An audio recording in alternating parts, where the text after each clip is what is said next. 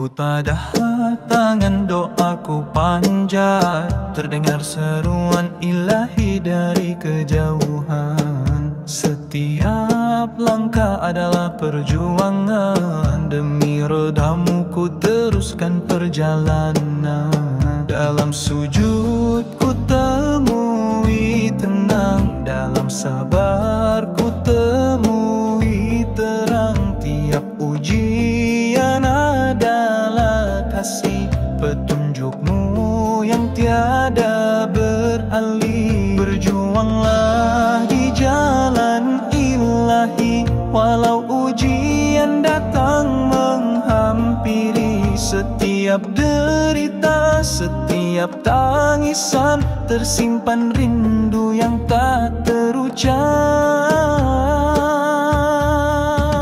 Pimpinlah aku ke jalanmu ya Rab, kau limpah hikmah di setiap ujianmu. Jadikan sabar taman di hati, menuju rahmatmu yang suci abadi. Dia bersama orang yang ihsan, yang tulus tanpa balasan. Langkahmu menuju syurga dengan cinta dan takwa.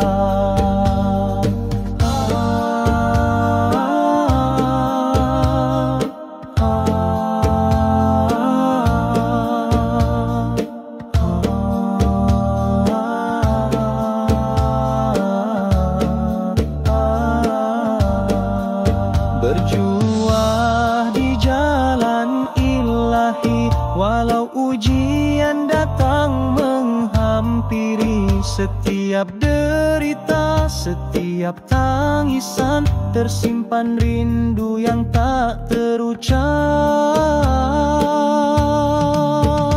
Pimpinlah aku ke jalanmu ya Rab, kau limpah hikmah di setiap ujianmu. Jadikan sabar taman di hati, menuju rahmatmu yang suci abadi. Dia bersama orang yang ihsan, yang tulus tanpa balasan. Langkahmu menuju syurga dengan cinta dan takwa. Jalan-jalan ilahi terbentang luas, untuk hati yang ikhlas dan tegas. Berjuanglah hingga akhir nafas, kerana Allah sentiasa di atas. Dia bersama orang yang ihsan, yang tulus tanpa balasan. Langkahmu menuju syurga dengan cinta dan takwa.